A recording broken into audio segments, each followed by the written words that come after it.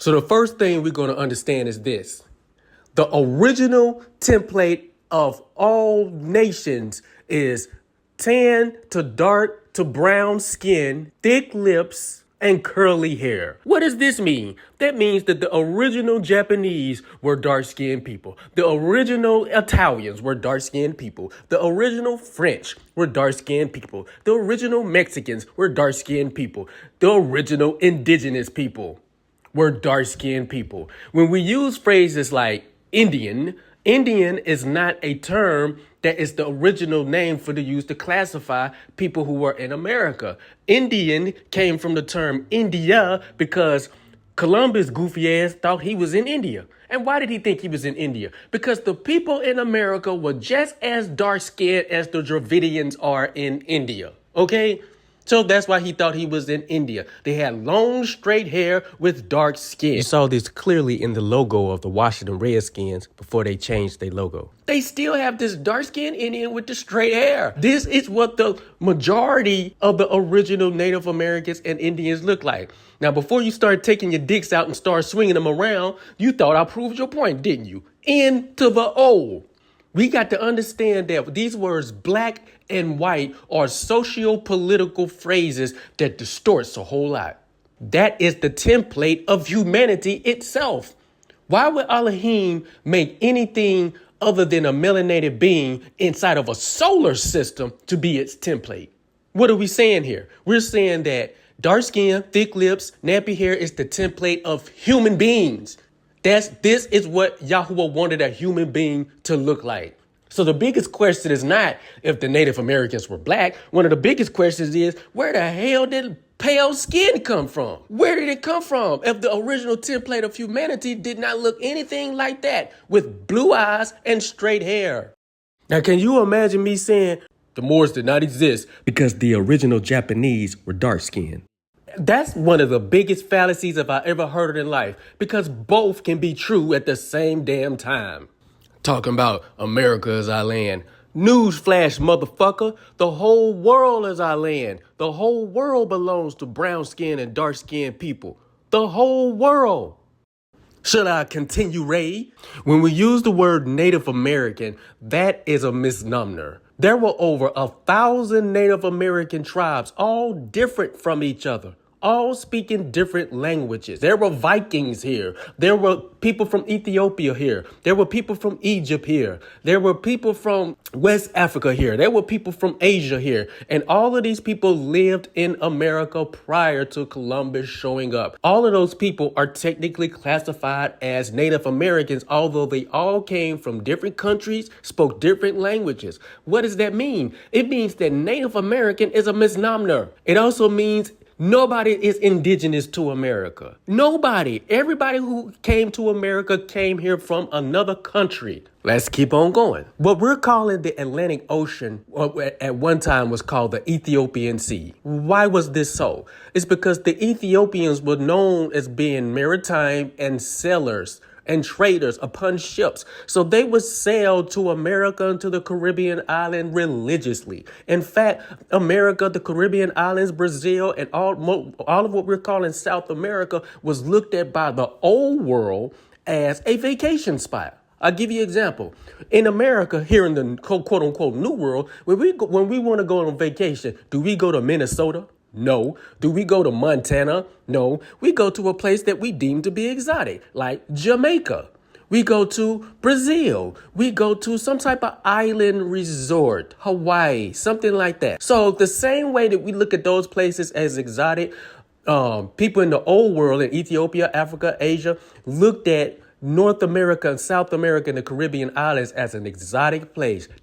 In 725 BCE, when Assyria conquered northern Israel, 3 of the tribes of Israel went and sailed down under Madagascar, round South Africa, came up through Brazil and went into the Caribbean islands and America and were there 2,000 plus years prior to Columbus. What does that mean? It means that Hebrews were in America prior to Columbus showing up.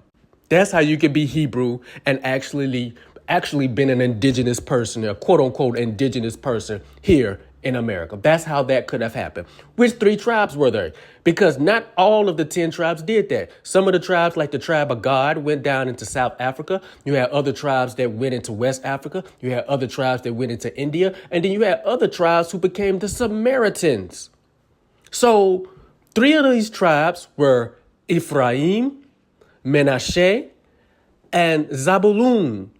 And these 3 tribes went into America, and they settled primarily in the Mississippi Valley, and in the southern regions of America and in the Caribbean islands. And that's why Mississippi is shaped and built. They treated the Mississippi now with the same type of words that they treated ancient Egypt.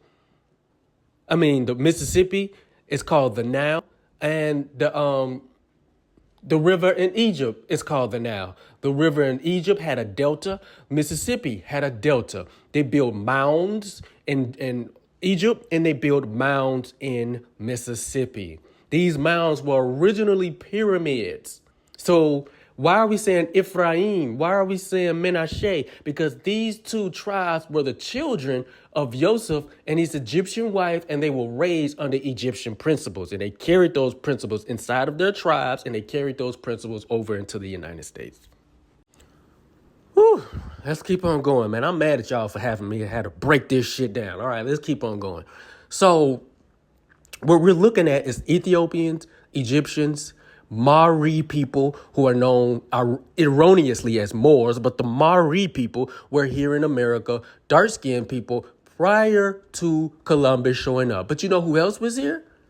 Asians, people from India. That's why the motherfucker thought he was in India. All those people were here in America, all different tribes, all speaking different languages.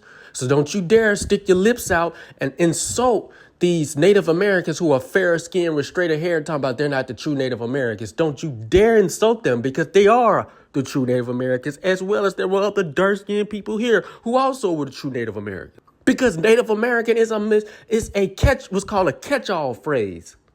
And a catch-all phrase is when you just create a term to classify all groups of people instead of taking out the time to name each individual tribe and person. The word Canaanite is a catch-all phrase because the Phoenicians, the Sumerians, and all these different people were technically Canaanites because they lived in the land of Canaan prior to Israel's arrival. There's a book that everyone needs to read. In fact, 3 books that nails all of this in the coffins and shuts everybody's mouth. Okay, 3 books. They came before Columbus, which half of these Negroes that sitting online talking about they the black Native Americans, they only read the introduction of the book and didn't read the whole damn book. This book should be read. It's by Ivan Van Sertima. 2 more books that should be definitely read is called Black Slaves, Indian Masters.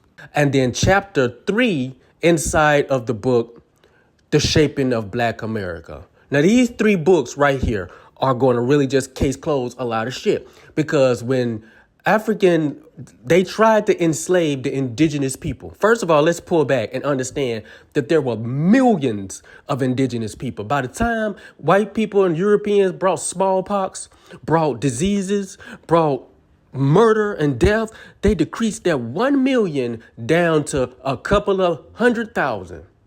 I need you to understand that whatever dark-skinned people was roaming around here in America, they are dead now through genocide. And this is why this era that we're living in is very important, because we're approaching another era where a complete extermination is getting ready to happen. They attempted to enslave indigenous people here in America between the year of 1675 and 1715. But they realized they couldn't do it. And why couldn't they do it? Well, hell, if I've been here in America for thousands of years before you showed up, who's the stranger? You or me? You're the stranger.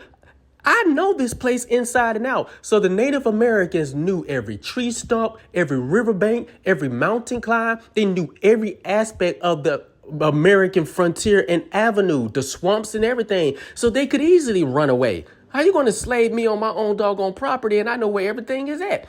So I know how to navigate everything. They could not enslave the indigenous people. So instead, they tried to make them sign treaties and stuff to trick them out of their land via paperwork in exchange for goofy shit like guns and all that kind of stuff that they really did not need. And so What happened was indigenous people end up teaming up with African slaves. So why was, excuse me for saying African slaves, Semitic. Because Africans sold Semitic people here to America. Many of them were Muslims. And when they came here to this country, they came here like, oh my freaking God, I don't know where I'm at.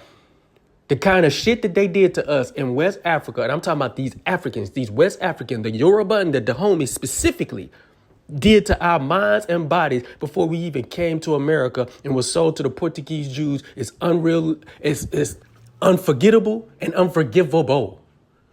But they basically distorted our mind and then sent us to white Europeans and Portuguese Jews who distorted our minds again. So by the time we got to America, we were so disoriented, we did not know where we was. Now, as a person who grew up around pimps and a person who understands how pimping goes, anytime you want to pull a girl and put her into a position where she kind of lean totally on you, you have to remove her away from family, friends, and familiar environment. Well, that same kind of attitude and conduct is what they did to the original Semitic people who were sold by West Africans here to America. They removed them away from family, friends, and familiar environment. And that's why one of the reasons was the peg and being able to enslave them for so long. But they could not do the same to indigenous people. So indigenous people oftentimes would become slave owners in order to keep black people from being sold away and tortured and this, that, and the third. This is why you see a lot of black people with Native American blood. Prior to that, Native Americans and black people would fight as an army